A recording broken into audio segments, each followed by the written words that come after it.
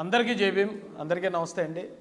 నారా లోకేష్ గారు, నారా లోకేష్ అనే ఒక యువ నాయకుడి మీద ఈ రోజున వైసీపీ పార్టీలో ఉన్న నాయకులందరూ కూడా నోటికి ఎలా వస్తే అలా మాట్లాడుతున్నారు. వీళ్ళని చూస్తుంటే, వీళ్ళ ఆనందం చూస్తుంటే ఒకసారి నాకు అనిపిస్తుందండి, సునకానందం అనే మాట గుర్తొస్తుంది వైసీపీ నాయకులను చూసినప్పుడు. ఇప్పుడు జరిగిన విషయం ఏంటంటే, విమానయాన రంగంలో కొన్ని సంస్కరణలు తీసుకొచ్చింది కేంద్ర ప్రభుత్వం. దానికి సంబంధించి కేంద్ర ప్రభుత్వం పెట్టిన రూల్స్ని ఇండిగో అనే ఒక విమానయాన సంస్థ రీచ్ అవ్వలేకపోయింది, ఏదో ఇబ్బంది జరిగింది. ఆ కారణంగా రిపబ్లికన్ టీవీ అనే ఒక నేషనల్ మీడియాలో అర్నాబ్ గోస్వామి అనే జర్నలిస్ట్ మాట్లాడుతున్నప్పుడు మా తెలుగుదేశం పార్టీ నుంచి జాతీయ అధికార ప్రతినిధి దీపక్ రెడ్డి గారు మాట్లాడుతున్నప్పుడు ఇప్పుడు ఈ సమస్య మీద మీరు ఏం చర్యలు తీసుకుంటున్నారని అర్నాబ్ గారు అడగటం జరిగింది. దానికి మా తెలుగుదేశం పార్టీ జాతీయ అధికార ప్రతినిధి గారు అన్నది ఏంటంటే, దీని మీద మేము కూలంకషంగా యాక్షన్ తీసుకుంటున్నామండి, దీని మీద మా యువ నాయకుడు నారా లోకేష్ గారు కూడా దీన్ని మానిటర్ చేస్తున్నారు, వార్ రూమ్ పెట్టి అని చెప్పి ఆయన చెప్పడం జరిగింది. దానికి నేషనల్ మీడియా జర్నలిస్ట్ గారు ఎవరైతే ఉన్నారో వారు ఏం అడిగారంటే, వాట్ కెపాసిటీ హీ హ్యావ్ అన్నాడు. అంటే లోకేష్ గారు ఏ కెపాసిటీ తోటి కేంద్ర ప్రభుత్వానికి సంబంధించిన ఈ విమానయాన రంగంలో ఆయన మాట్లాడుతున్నాడు అన్నారు. దానికి సంబంధించి మేము చెప్పాల్సిన సమాధానం అక్కడ మా అధికార ప్రతినిధులు చెప్పున్నారు. ఇదేమీ అంత కొంపలు ములిపోయే విషయమో లేకపోతే రాష్ట్రానికి ఏదో ఉపద్రవం వచ్చే విషయం కాదు. కానీ ఈరోజున వైసీపీ నాయకులంతా ప్రెస్ మీట్లు పెట్టేసి, అదిగో లోకేష్ గారు ఇతర శాఖల్లో, కేంద్ర ప్రభుత్వ శాఖల్లో కూడా ఆయన జోక్యం చేసుకున్నారని ఎవరెవరో అనేసారని చెప్తున్నారు. ఏమండి, ఆయన వేరే శాఖల్లో జోక్యం చేసుకుంటున్నారని, లేకపోతే అధికార దుర్వినియోగం చేస్తున్నారని సెంట్రల్ శాఖల్లో కూడా ఆయన జోక్యం చేసుకుంటున్నారని అన్నది ఎవరండి? మోడీ గారు అన్నారా? లేదా అమిత్ షా గారు అన్నారా? లేదా బీజేపీ అధ్యక్షులు ఎవరైతే ఉన్నారో ఆ పెద్దలు ఎవరైనా అన్నారా? ఎవరన్నారు? ఒక జర్నలిస్ట్ గారు చిన్న డిబేట్లో అన్నారు. దాన్ని పట్టుకొచ్చి వీళ్ళ సునకానందం చూస్తుంటే నాకు కాస్త నవ్వు వస్తుంది, వీళ్ళని చూస్తే జాలి వేస్తుందండి. ఎందుకంటే మా యువ నాయకులు నారా లోకేష్ గారి మీద వీళ్ళు చేయడానికి ఆరోపణలు ఏమీ లేక ఎక్కడెవరో ఏదన్నా ఒక మాట అనకపోతారా అని ఆ మాటను తెచ్చుకుని ఈ రోజు నెలలో పండగ చేసుకుంటున్నారు. అయితే నేను ఒకటి అడుగుతాను, లోకేష్ గారి కెపాసిటీ ఏంటి? ఇప్పుడు నారా లోకేష్ గారు తెలుగుదేశం పార్టీ జాతీయ ప్రధాన కార్యదర్శి. ఆయన కేంద్ర ప్రభుత్వం అంటే ఎన్డీఏ కూటమిలో తెలుగుదేశం పార్టీ కూడా ఒక భాగస్వామి. ఈ రోజున ఎన్డీఏ కూటమి ఇంత సుస్థిర పాలన చేయడానికి నరేంద్ర మోడీ గారి నాయకత్వాన్ని బలపరుస్తూ ఎన్డీఏ కూటమిలో రెండవ అతిపెద్ద పార్టీ అయిన తెలుగుదేశం పార్టీకి నారా లోకేష్ గారు మగుటం లేని మహారాజుగా ఆంధ్రప్రదేశ్ ప్రజలు తీర్పునిచ్చారు. ఆయన ఒక రాష్ట్ర మంత్రి కదా, కేంద్ర మంత్రివర్గంలో ఎలాగ జోక్యం చేసుకుంటారని చెప్పి వైసీపీ నాయకులు అడుగుతున్నారు. ఇప్పుడు ఆ కేంద్ర మంత్రి గారు ఎవరు? మా రామ్మోహన్ నాయుడు గారు. విమానయాన శాఖ అనేది తెలుగుదేశం పార్టీకి కేటాయించబడిన శాఖ. ఆ తెలుగుదేశం పార్టీకి వచ్చిన శాఖ కాబట్టి అక్కడ మంత్రిగా ఎవరు ఉండాలనే డిసైడ్ చేసే అధికారం ఎవరికి ఉంది? ఖచ్చితంగా నారా లోకేష్ గారికి ఉందండి. ఇప్పుడు రామ్మోహన్ నాయుడు గారిని అక్కడ మంత్రిగా డిసైడ్ చేసిన వ్యక్తి నారా లోకేష్ గారు. వాట్ కెపాసిటీ హీ హ్యావ్ అని చెప్పి అర్నాబ్ గారు అడిగితే అడుగుండొచ్చు, ఆయనకి తెలియపోయి ఉండొచ్చు నారా లోకేష్ గారి గురించి. కానీ నారా లోకేష్ గారు ఒక రాష్ట్రానికి విద్యాశాఖ మంత్రి కదా, ఒక రాష్ట్రానికి ఐటీ వనరుల శాఖ మంత్రి కదా అన్నట్టు మాట్లాడుతున్నారు. ఏమండి, ఒక కొటేషన్ ఉంది, రాజ్యం కష్టంలో ఉన్నప్పుడు రాజే సైన్యాధ్యక్షుడిగా వస్తాడట. సైన్యాధ్యక్షుడిగా వచ్చాడని రాజు కాకుండా పోవడం. ఈవేళ నారా లోకేష్ అనే ఒక యువ నాయకుడు ఆయన అనుకుంటే ఈ రోజున కేంద్రంలో కేంద్ర మంత్రి పదవి చేపట్టే అన్ని అర్హతలు, అధికారాలు ఆయన దగ్గర ఉన్నాయి. ఆయన తెలుగుదేశం పార్టీ రిప్రజెంటేటివ్గా వెళ్ళి కేంద్రంలో కూర్చుని ఈ దేశం మొత్తంలో అధికారం చెలాయించే అవకాశం ఆయనకు ఉంది. కానీ ఈ రాష్ట్రం కోసం, ఈ రాష్ట్ర ప్రజలు ఆయన మీద పెట్టుకున్న నమ్మకం కోసం, ఇక్కడ ఉన్న పిల్లల విద్య, ఇక్కడ ఉన్న నిరుద్యోగులకి ఉపాధి కల్పించాలనే ఒకే ఒక కారణంతో ఆయన అంత అవకాశాలు ఉన్న, అంత అధికారం చెలాయించే అవకాశం ఉన్న త్యాగం చేసి ఈ రాష్ట్రంలో ఉన్నాడు ఆయన. ఈ రాష్ట్రంలో మన పిల్లల కోసం ఈరోజు విద్యా విధానంలో సంస్కరణలు కానీ, లేకపోతే కొత్త కొత్త ఇండస్ట్రీలు తీసుకొచ్చి మన ఈ పిల్లలకి ఉపాధి చూపించే విషయం కానీ ఆయన భుజాలకు ఎత్తుకున్నాడు. వాట్ కెపాసిటీ హీ హ్యావ్ అంటే, ఈరోజున పెమ్మసాని చంద్రశేఖర్ గారు ఉన్నారు, ఆయన ఈరోజు కేంద్రంలో సహాయ మంత్రిగా ఉన్నారంటే ఖచ్చితంగా దానికి కారణం నారా లోకేష్ గారండి. అంటే ఒక మంత్రి గారు చేయాల్సిన పని వేరే వాళ్ళు చేస్తారు. నిజానికి నారా లోకేష్ గారు ఏమీ విమానయాన రంగంలో ఆయన ఏమీ తలదొచ్చలేదు, ఆయన ఏమీ దానికోసం ప్రెస్ మీట్లు పెట్టి మాట్లాడలేదు. ఒక అధికార ప్రతినిధి గారు ఎస్ మా పార్టీ తరపున విమానయాన రంగం తెలుగుదేశం పార్టీకి నరేంద్ర మోడీ గారు కేటాయించారు కాబట్టి దానికి సంబంధించి ఒక వార్ రూమ్ చేసి ఈ రాష్ట్రంలో ఉన్న ప్రజలెవరు కూడా ఈ విమానాల విషయంలో ఈ ప్రయాణాల విషయంలో ఇబ్బందులు పడకుండా మా యువనాయకుడు చూసుకున్నాడని నన్ను దాంట్లో ఏం తప్పుందండి. ఇప్పుడు నాకు తెలియక ఒకటి అడుగుతున్నాను, సూటిగా జగన్మోహన్ రెడ్డి గారిని అడుగుతున్నాను. మీకు 2019లో 22 లోక్సభ స్థానాలు గెలిపించారు ఆంధ్రప్రదేశ్ ప్రజలు. 22 ఎంపీలు మీకు గెలిపిస్తే మీరు ఈ రాష్ట్రానికి తెచ్చిన మంత్రి పదవులు ఎన్ని కేంద్ర మంత్రి పదవులు తెచ్చారు? ఈవేళ కూటమి 21 స్థానాల్లో నెగ్గుంటే తెలుగుదేశం పార్టీ 16 మంది ఎంపీలు ఉన్నారు.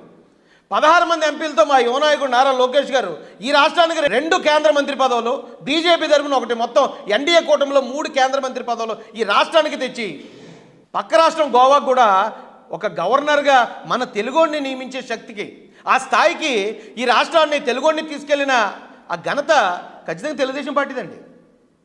జగన్మోహన్ రెడ్డి గారు 22 ఎంపీ సీట్లతో ఏంటండి మీరు చేసింది ఏంటి? ఎన్ని మంత్రి పదవులు తెచ్చారు మీరు ఇక్కడికి? ఈ రాష్ట్రానికి మీకు కావాల్సినవి తెచ్చుకున్నారు. జగన్ గారికి ఏం కావాలో తెచ్చుకున్నారు, అవినాష్ రెడ్డి గారికి ఏం కావాలో తెచ్చుకున్నారు, మరొక నాయకుడికి ఏం కావాలో మీ పర్సనల్గా తెచ్చుకున్నారు తప్ప ఈ రాష్ట్రానికి మీరు చేసిన మేలేంటి? వాట్ కెపాసిటీ హీ హ్యావ్ అని చెప్పి ఎవరో తెలియని ఆయన ఒక హిందీ ఆయన అడిగాడంటే అర్థం ఉంది.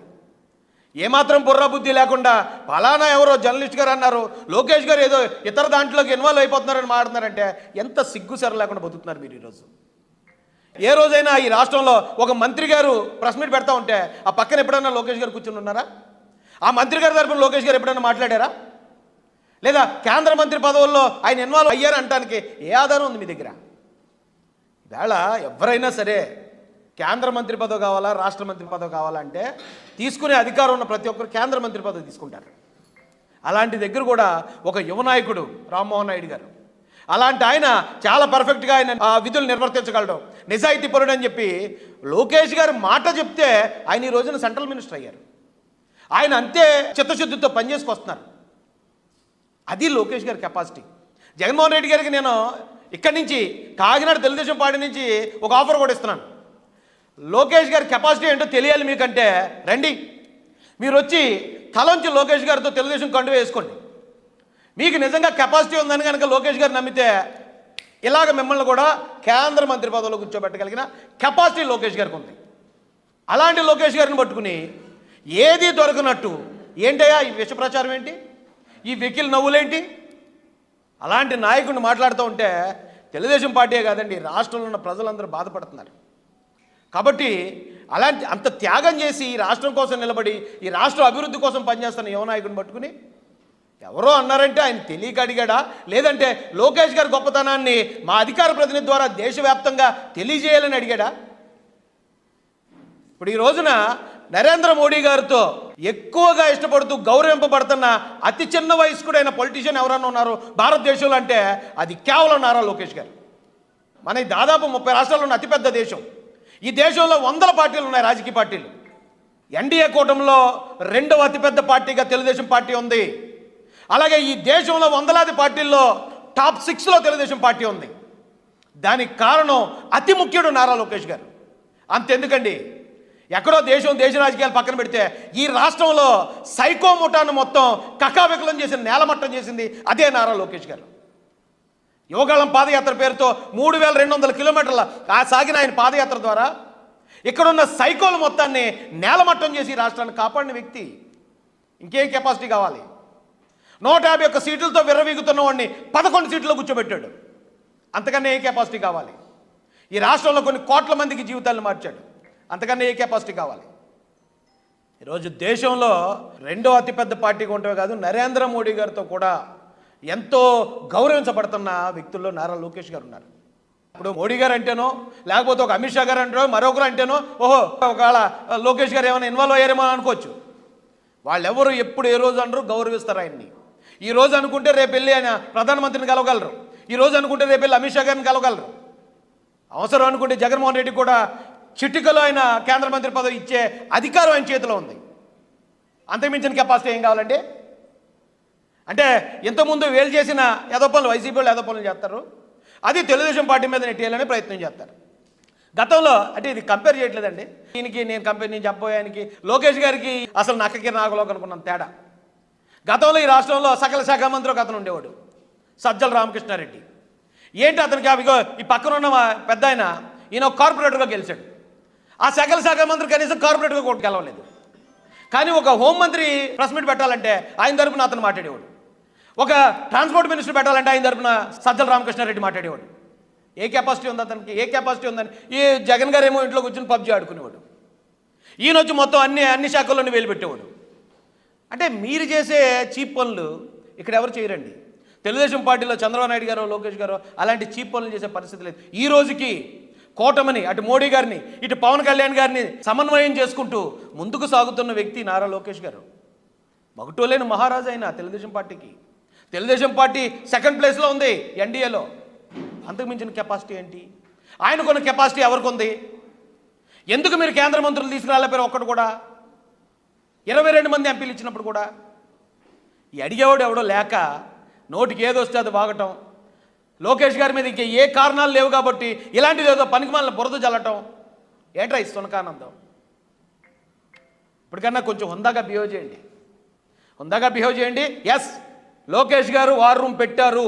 ఆ వార్ రూమ్ దేనికోసం అంటే ఈ ఆంధ్రప్రదేశ్లో ఎవరైనా సరే ఈ విమానాల టికెట్లు బుక్ చేసుకుని వాళ్ళు ఇబ్బందులు పడతా ఉంటే, కనెక్టింగ్ ఫ్లైట్ల కోసం ఇబ్బందులు పడతా ఉంటే అలాంటి వాళ్ళ కోసం తక్షణం సహాయం అందించే విధంగా ఈ రాష్ట్ర ప్రజల కోసం ఆయన ఏమైనా చేస్తాడు ఖచ్చితంగా. అంతే తప్ప ఇతర శాఖల్లో ఇన్వాల్వ్ అయిపోతున్నారు, కేంద్ర శాఖల్లో ఇన్వాల్వ్ అయిపోతున్నారు. ఏంటి ఈ మాటలేంటి?